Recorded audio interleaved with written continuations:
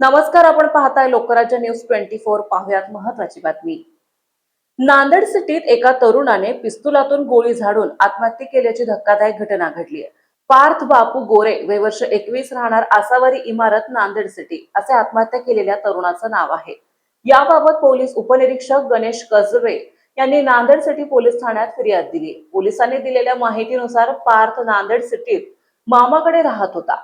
नांदेड सिटीतील आसावरी इमारतीतील एका सदनिकेत तरुणाने गोळी झाडून आत्महत्या केल्याची माहिती मंगळवारी 10 मार्च रोजी पोलिसांना मिळाली।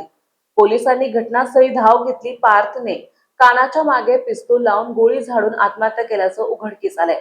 पोलिसांनी घटनास्थळाचा पंचनामा करून त्याला तातडीने रुग्णालयात दाखल करण्यात आले, मात्र उपचारापूर्वीच त्याचा मृत्यू झाला होता। पोलिसांनी आकस्मिक मृत्यू अशी नोंद केली आहे।